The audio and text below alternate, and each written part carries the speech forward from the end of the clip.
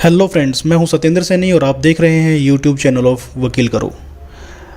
अगर आप एक फ़ाइनेंस बिजनेस में इंटरेस्ट रखते हैं या फिर आप एक फ़ाइनेंस बिजनेस स्टार्ट करना चाहते हैं लेकिन आरबीआई लाइसेंस में कहीं ना कहीं प्रॉब्लम आ रही है, या फिर एनबीएफसी स्टार्ट करने के लिए जो 2 करोड़ का कम से कम बजट का रिक्वायरमेंट होता है उस बजट का अरेंज नहीं हो पा रहा है, तो आज हमारे पास उसकी इन सारी प्रॉब्लम्स का एक सोल्यूशन है जो कि है सेक्शन 8 माइक्रो फाइनेंस कंपनी। तो चलिए जानते हैं सेक्शन 8 माइक्रो फाइनेंस कंपनी क्या होता है और हम इसको कैसे रजिस्टर कर सकते हैं। Section 8 micro finance company basically एक एनपीओ या फिर एक एनजीओ आप इसको बोल सकते हैं, नॉन गवर्नमेंट ऑर्गेनाइजेशन या फिर नॉन प्रॉफिट ऑर्गेनाइजेशन आप इसको बोल सकते हैं। बेसिकली सेक्शन 8 कंपनी एक कंपनीज एक्ट 2013 के अंडर ही रजिस्टर होती है और इसका main object motive profit earn करना नहीं होता, मतलब ये एक सोशल मोटिव्स के लिए कंपनी रजिस्टर्ड होती है जिसका main object basically promotion of social purposes like health, environment, sports, art, science से होता है।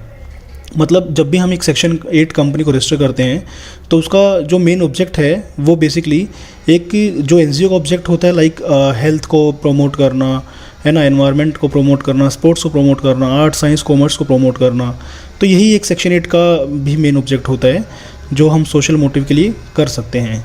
लेकिन अगर हमें सेक्शन 8 माइक्रो फाइनेंस कंपनी को फॉर्म करना है, रजिस्टर करना है, तो बेसिकली उसके एक मेमोरेंडम में मेंशन होना चाहिए कि वो कंपनी, वो section 8 company specially micro financing facility देगी, माइक्रो फाइनेंसिंग लेंड करेगी, लोन देगी पुअर पीपल को to reduce the poverty in India.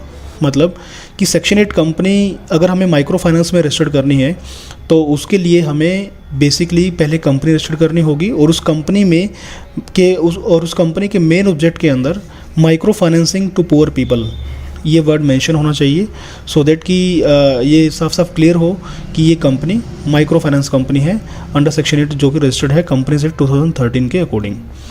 तो बेसिकली इनमें जो डिफरेंस है दोनों कंपनीज़ के अंदर, अगर मैं बात करूं कि एक कंपनी है वो है सेक्शन 8 नॉर्मल कंपनी और दूसरी है सेक्शन 8 माइक्रो फाइनेंस कंपनी, तो दोनों में मेन इसमें डिफरेंस यही है कि सेक्शन 8 नॉर्मल कंपनी जो है उसका जो मेन ऑब्जेक्ट है, मतलब जो बाइलॉज हैं उसके अंदर मेंशन आपको मिलेगा health, environment, sports, social purpose, art, science etcetera, इनके लिए ये कंपनी रजिस्टर्ड होगी। लेकिन अगर माइक्रो फाइनेंस कंपनी की बात करेंगे तो माइक्रो फाइनेंस कंपनी जो है वो आपकी पुअर पीपल को लोन देने के लिए, micro financing to poor people to reduce the poverty in India, तो इंडिया में जो पॉवर्टी है उसको रिड्यूस करने के लिए लोन देने के लिए स्पेशली कंपनी बनेगी। तो दोनों में डिफरेंस है बेसिकली कि नॉर्मल कंपनी क्या होती है सेक्शन 8 और माइक्रो फाइनेंस कंपनी क्या होती है। नॉर्मल कंपनी में आप इंक्लूड करेंगे सारी चीज़ें जो कि माइक्रो फाइनेंस कंपनी से टोटली अलग हैं, लाइक हेल्थ, एनवायरनमेंट, एजुकेशन भी हो सकता है इसका part, sports, art, science, something, ये सारा। बट माइक्रो फाइनेंस कंपनी में यहाँ पे micro financing to poor people, हम पुअर पीपल वर्ड क्यों यूज़ कर रहे हैं क्योंकि यहाँ पे ये जो कंपनी है बेसिकली ये कंपनी उन्हीं लोगों को लोन देगी जिनकी इनकम 3 लाख से साल में ज़्यादा नहीं है। मतलब ये 3 लाख से साल में अगर ज़्यादा किसी पर्सन की इनकम नहीं है तो उन्हीं पर्सन को ये कंपनी लोन बांटेगी।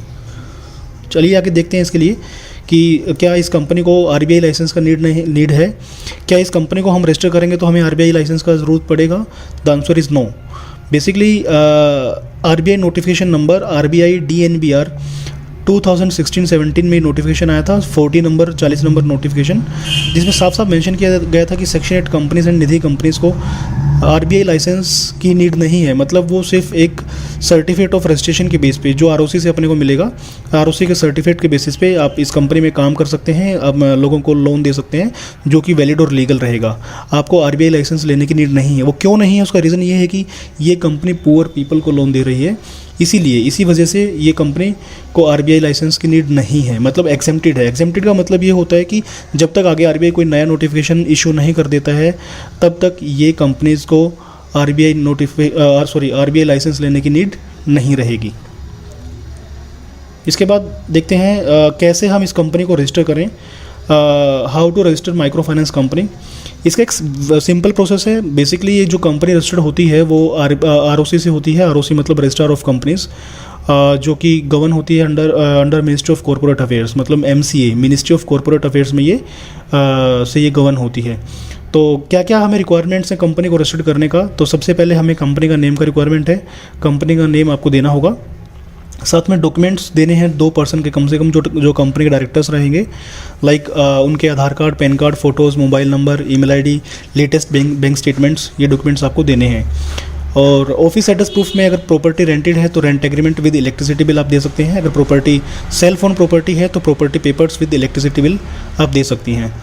साथ में शेयर होल्डिंग पैटर्न, जो भी डायरेक्टर्स रहेंगे कंपनी के, उनका क्या क्या शेयर होल्डिंग रहेगा, कितनी कितनी परसेंटेज में वो अपने शेयर्स कंपनी से लेने वाले हैं और कितना पैसा वो इन्वेस्ट करने वाले हैं, डिपेंड करेगा शेयर होल्डिंग पैटर्न के ऊपर। तो ये कुछ बेसिक्स इन्फॉर्मेशन है जो आपको देनी है, डॉक्यूमेंट्स देने हैं। और ये डॉक्यूमेंट्स जैसे आप देते हैं, ये डॉक्यूमेंट्स आप हमें मतलब व्हाट्सएप या ईमेल के थ्रू भी आप हमें दे सकते हैं। और on the basis of this documents हम आपका कंपनी का प्रोसेस स्टार्ट करेंगे और 15 to 20 डेज़ में, 15 से 20 दिन के अंदर ये प्रोसेस कंप्लीट करके आपको कंपनी का रजिस्ट्रेशन सर्टिफिकेट हैंड ओवर कर देंगे। अभी देखते हैं कि हम आपको इस कंपनी को रजिस्टर्ड करने के लिए क्या क्या हमारे पैकेज में इंक्लूड है और क्या क्या हम आपको दे सकते हैं। बेसिकली 12 डॉक्यूमेंट्स ऐसे हैं जो हम आपको प्रोवाइड करेंगे। फर्स्ट है सर्टिफिकेट, सेकंड है licence, third memorandum of association जिसको हम शॉर्ट फॉर्म में एमओए बोलते हैं, आर्टिकल्स ऑफ एसोसिएशन जिसको हम एओए शॉर्ट फॉर्म में बोलते हैं, PAN number of company, e PAN copy आपको मिलेगा, 10 कार्ड मिलेगा कंपनी का, ई 10 कार्ड, डिन मिलेगा डायरेक्टर्स का, क्योंकि जो भी कंपनी में पर्सन डायरेक्टर बनते हैं उनका डिन नंबर होता है, तो दोनों पर्सन्स के डिन हम प्रोवाइड कराएंगे।